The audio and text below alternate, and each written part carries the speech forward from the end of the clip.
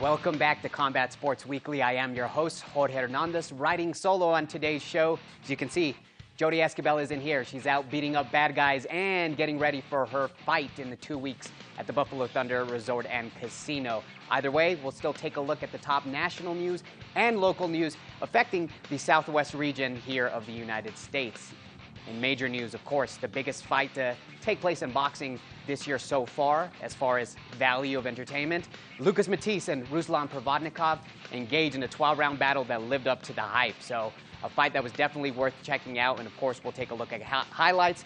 On the undercard of that, Terence Crawford wins another world title. He moves on by defeating Thomas Dulorme. We'll have highlights of that bout as well.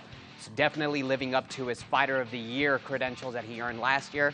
And of course, a guy who hadn't fought in a while, Chavez Jr., suffered a pretty tough loss over the weekend after his move to light heavyweight. So it'll be interesting to see how his career shifts from here. But nonetheless, we'll be taking highlights there as well.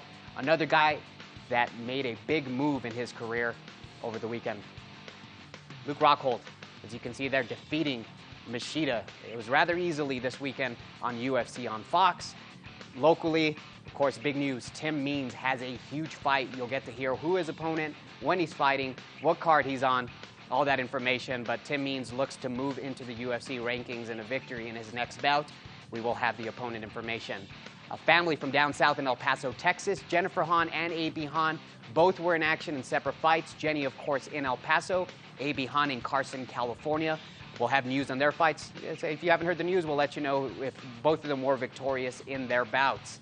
So stay tuned, hang tight. We have Andres Quintana as our guest. Hang off after the break. Thank you.